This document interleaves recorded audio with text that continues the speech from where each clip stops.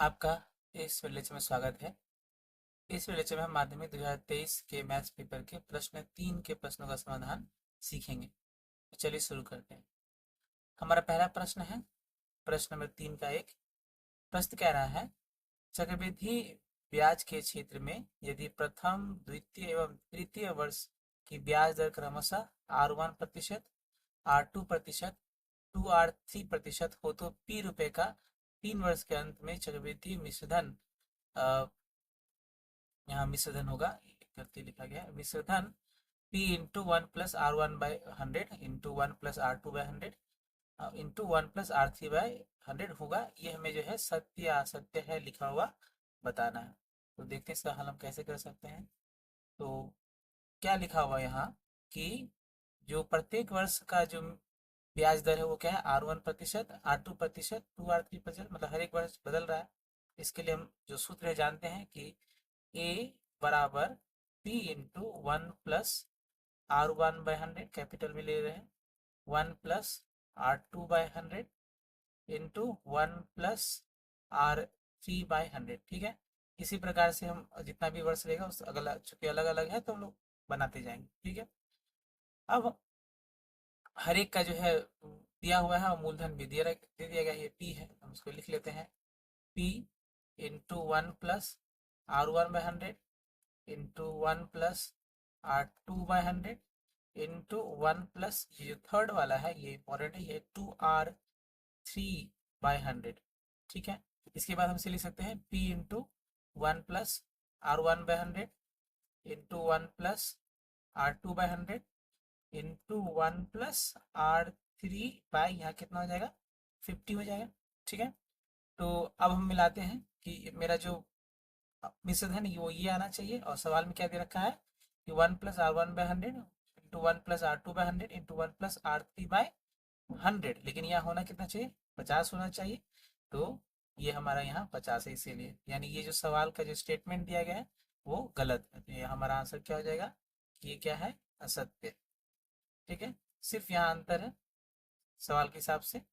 प्रश्न में वहाँ R3/100 दिया हुआ है, लेकिन जो मिश्रधन होगा वहाँ क्या होगा, R3/50 होगा। यानी जो स्टेटमेंट है वो क्या है, असत्य है, या जो जो वाक्य दिया गया वो क्या है, असत्य है। बढ़ते अगले प्रश्न की ओर। हमारा अगला प्रश्न प्रश्न नंबर 3 का 2 है। 3 का 2 कह रहा है कि cos 36 डिग्री एवं sin 54 डिग्री का मान समान होता है। ये एक वाक्य दिया, स्टेटमेंट दिया हुआ है। ठीक है, हमें इसे बताना है कि ये सत्य है या असत्य। तो cos 36 है, यहाँ sin 54, हम से लिखते हैं cos 36 डिग्री बराबर। अब हम कैसे पता कर सकते दोनों समान है कि नहीं, अगर दोनों बराबर आ जाए तो समान होंगे। तो इसको हम क्या लिख सकते हैं कि cos 90 माइनस 54 डिग्री, जो 36 है उसको हम इस प्रकार से लिख सकते हैं 90 - 54। ठीक है, अब हम जानते हैं कि cos 90 माइनस थीटा क्या होता है, साइन थीटा। ठीक है, तो यहाँ ये बदल जाएगा, इसमें साइन 54 डिग्री, तो क्या आ गया, cos 36 जो है साइन 54 के बराबर आ गया। यानी जो ये दिया गया है कि cos 36 जो है साइन 54 का मान समान होता है, ये ट्रू है। ठीक है, यानी जो वाक्य दिया गया ये क्या है, सत्य। ठीक है, आसान सवाल था। बढ़ते अगले प्रश्न की ओर। हमारा अगला प्रश्न प्रश्न नंबर 3 का 3 है।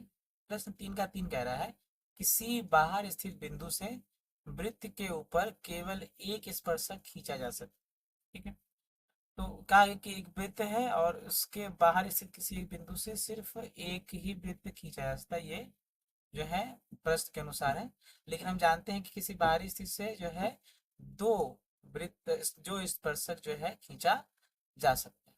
ठीक है, यानी ये सवाल जो है इसमें कुछ बनाना है नहीं, ये एक स्टेटमेंट है। बोला कि किसी बाहरी से बिंदु से वृत्त के ऊपर केवल एक स्पर्शक, नहीं, हम जो है बाहरी बिंदु से किसी भी वृत्त पर दो स्पर्शक जो है खींच सकते हैं।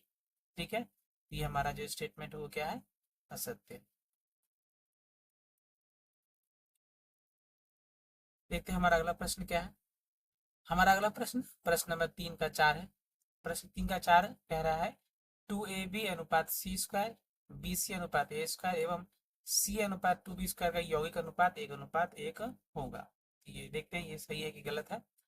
तो मिस अनुपात निकालना, हमें 3 अनुपात दे दिया गया है, 2ab अनुपात c स्क्वायर पहला है, दूसरा है bc अनुपात a स्क्वायर, और तीसरा है ca अनुपात 2b स्क्वायर। तो जब भी तो इसे हम लिख सकते हैं कि इस प्रकार से कि 2ab into B C into C A अनुपात यहाँ हो जाएगा c square into A square into 2b square. ठीक है, तो इसके बाद अगर हम इसको सॉल्व करें तो ये 2 आ गया, a इंटू ए स्क्वायर हो गया, b इंटू बी स्क्वायर हो गया, c इंटू सी स्क्वायर अनुपात ये c स्क्वायर, सामने 2 इसको अरेंज कर लेते हैं, ये 2a स्क्वायर बी स्क्वायर और सी स्क्वायर, ये 2 हो गया, ये a स्क्वायर, ये b स्क्वायर, ये सी स्क्वायर। तो अगर ये दोनों सेम आ रहा है तो कैंसिल आउट करेंगे तो क्या आ जाएगा, 1:1, यानी जो सवाल दिया गया है कि 1:1 होगा ये सही है।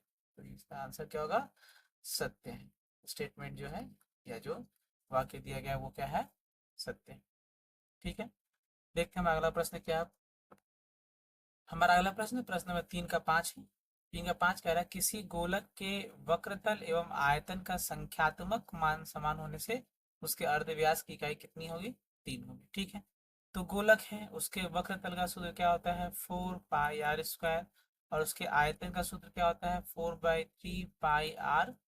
कहा कि संख्यात्मक मान समान होने से जो अर्धव्यास का जो मान होगा वो क्या होगा, 3 इकाई होगा। तो ये फॉर्मूला है, इसके हम बराबर कर देखते हैं। तो प्रश्न के अनुसार क्या है कि जो वक्रतल का क्षेत्रफल है वो बराबर है किसके, आयतन के बराबर है। तो ये 4 यहाँ से कैंसिल हो गया, पाई और पाई कट गया। ठीक है, तो r² इक्वल्स टू बचा r³/3, इसके बाद हम क्रॉस गुना करें तो 3r² बराबर r³। ठीक है, यहाँ से हम इसे r काट सकते हैं या बचेगा r। देखिए r जो है कभी भी 0 के बराबर नहीं होगा, क्योंकि ये क्या है, एक वो गोलक है, तो उसका जो r है लंबाई पॉजिटिव लेना पड़ता है, 0 नहीं लेंगे। यहाँ से r बराबर कितना हो जाएगा, 3। तो ये बात सही है कि जो गोलक का अर्धव्यास होगा वो क्या होगा, 3 इकाई होगा, यानी ये स्टेटमेंट क्या हो जाएगा, ट्रू हो जाएगा, लिख देंगे सत्य। ठीक है, बढ़ते हैं अगले प्रश्न की ओर। हमारा अगला प्रश्न है प्रश्न नंबर 3 का 6 है। प्रश्न 3 का 6 कह रहा है 5 2 4 3 5 2 5 2 5 2 आंकड़ों के बहुलक का मान 2 होगा। बहुलक का अर्थ होता है वो संख्या जो सबसे अधिक बार आए। तो सबसे पहले हम जो आंकड़े दिए गए हैं उन्हें सजा लेते हैं।